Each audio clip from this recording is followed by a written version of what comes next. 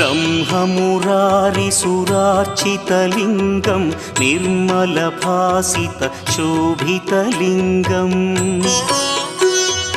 जन्मजदुःखविनाशकलिङ्गं तत्प्रणमामि सदा शिवलिङ्गम्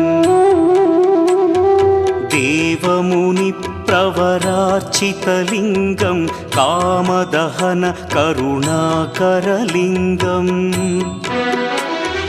रावणदर्पविनाशकलिङ्गं तत्प्रणमामि सदा शिवलिङ्गम्